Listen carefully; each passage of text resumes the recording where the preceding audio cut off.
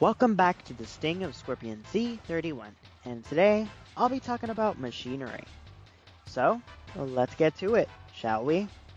Machinery.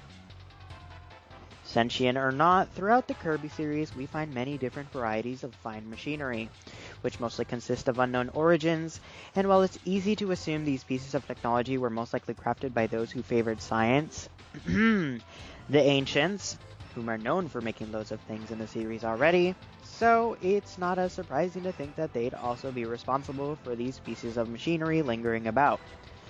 Though, it is also possible that any other thriving civilization around their time may have crafted some of these machines.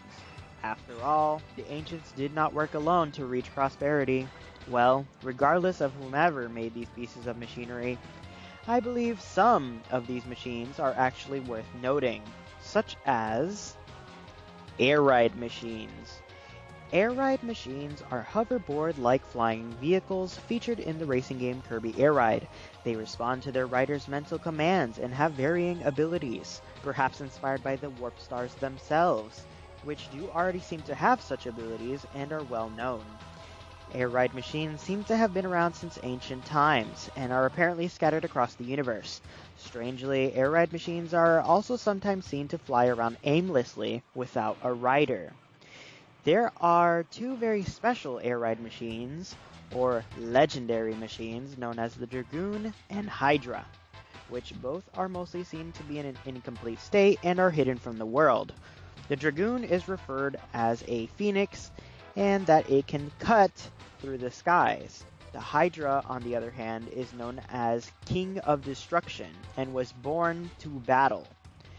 While the anime takes place in a parallel universe, we should probably discuss the information regarding the air ride machines there too. Apparently, air ride machines were once used by Star Warriors, aka warriors who fought against Nightmare and his Legion of Monsters, or NME, in the Great War.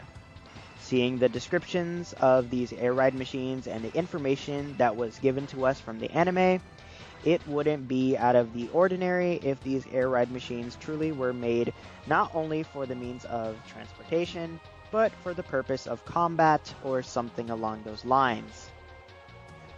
Wheelies. These tire bike resembling dudes have been around since Kirby's Adventure. They are known as speed beasts and are known to travel in packs. Meta Knight knows this all too well, as he uses wheelies as power sources for his ship, the Halberd. There are quite a few different variations of wheelies, and similar to the air ride machines, they can be used for transportation. Kabula. Kabula's first appearance was in Kirby's Dreamland, as a normal blimp with a cannon, being one of the servants DDD entrusts to guard one of the sparkling stars. However, do note that despite Kabula may just be an average blimp, Kabula is still referred as a Skylord and a Flying Fortress. The instruction booklet for Kirby's Dreamland refers to Kabula as a female, despite being mechanical. In the real world, battleships, planes, blimps, and other large vehicles are often referred to using feminine pronouns, despite being genderless, which may explain as to why it is referred as such. Capsule J. These mechanical jetpack-wielding dudes have made their first appearance in Kirby Superstar.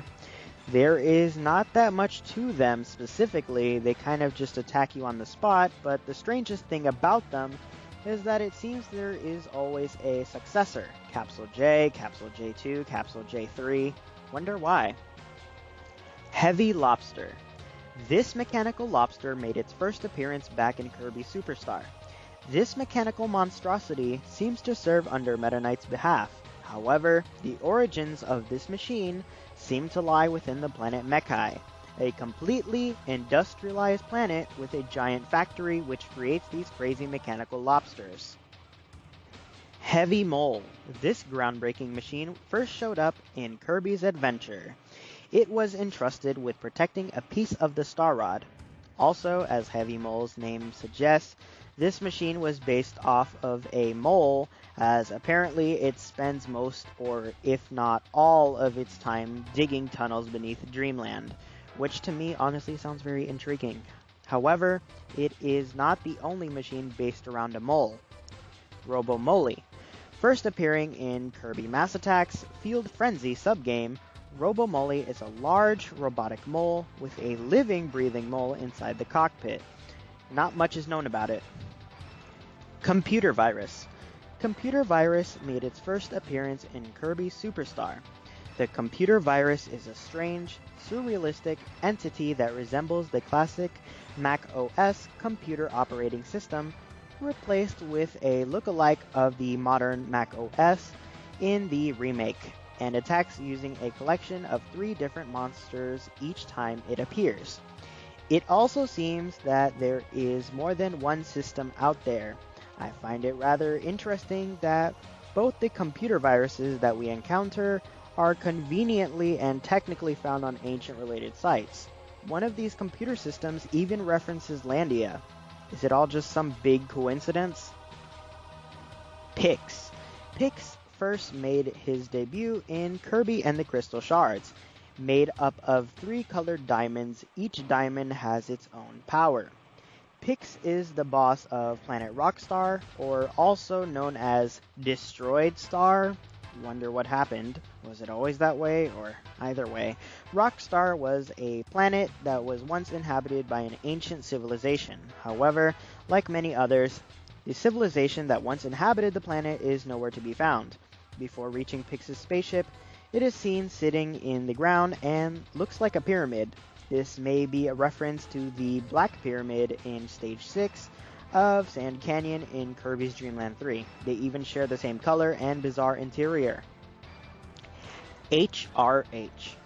HRH is an AI robot making its first appearance in Kirby and the Crystal Shards. Ordered to attack any intruders, it is the boss of Shiverstar, appearing in an apparently long-abandoned underground high-tech city. This presumed ancient civilization had long moved away from the planet, perhaps due to the unbearable cold and the loss of resources, leaving behind everything and going to other, far more inhabitable planets. HRH's design seems to resemble a lighthouse. Its second form, HRE, seems to resemble to that of a rocket, or even a lobster. The machine itself is quite comparable to that of another ancient war machine, you know. HRD3. Also known as DDD Robo in Japan, this ancient war machine first appeared in Kirby's Mass Attack and Kirby Quest. HRD3 is a giant mechanical construct that looks vaguely similar to King DDD himself. Note, it is unknown if the HRD3 we fought back in Kirby Mass Attack is the same as the one fought in Return to Dreamland, especially considering the different styles the two have, and of course there could always be the chance that there is more than one of these ancient machines out there. Still, one must wonder as to why one would make this machine resemble King DDD. Was it on purpose? Was it not? Did DDD himself play a part in its creation? Who knows? However, this is not the only robot that resembles King DDD himself, such as this next one. Robo DDD. Robo DDD is a giant mechanical construct resembling King DDD. It appears in Kirby's Return to Dreamland as the third boss of the Scope Shot subgame. Metal General. Metal General first appeared in Kirby's Return to Dreamland as the boss of Egg Engines. This machine was made by the ancients of Halcondra, presumably to maintain and secure factory operations of Egg Engines. It is a force to be reckoned with. Hoopa Lagoon. First appearing in Kirby and the Rainbow Curse, Glacia turned to some ancient blueprints in order to sculpt this new enemy. She even used ancient clay to give it that old world feel. But don't tell Hoopa Lagoon that. He thinks he's all cool and modern. One must wonder about the original Hoopa Lagoon, however. Of course, if there ever was one. Mega Titan. Appearing in Kirby and the Amazing Mirror, it is the boss of Carrot Castle and the fourth boss in the game. Mega Titan is a frightful robot residing in the throne room of Carrot Castle, and acts as the palace's defense system and as a protector of a mirror shard. It is able to hover and with its armor can only be damaged by electricity. Note: Mega Titan's head can function without the rest of its body. Robo, first debuting in Kirby's Block Ball. At first, it looks like a fairly innocent robot, until it connects itself to a robot body that resembles a tall robot with boxing gloves, with a jet attachment, while also now sporting an antenna and angry-looking eyebrows. This robot dude has got no chill. Steel Snapper, first debuting in Kirby Mass Attack. Steel Snapper appears exclusively in Stage 6 of DDD Resort. He inhabits the waterway in this stage and even keeps treasure in a shell. The robot is territorial. When the Kirby swims through, he pokes his head out of a hole in the underwater catacombs and spits a torpedo out. Also, apparently this machine can digest stuff very slowly. Gross. Well, those are all the machines I decided were worth mentioning. However, as I've said before, there are many, many, many, many more out there. So, what do you think about the machinery? Would you like to see some more show up in a future Kirby game? Let me know in the comments below. Like this video if you liked it, and subscribe for more. Keep it real, y'all. Keep it real.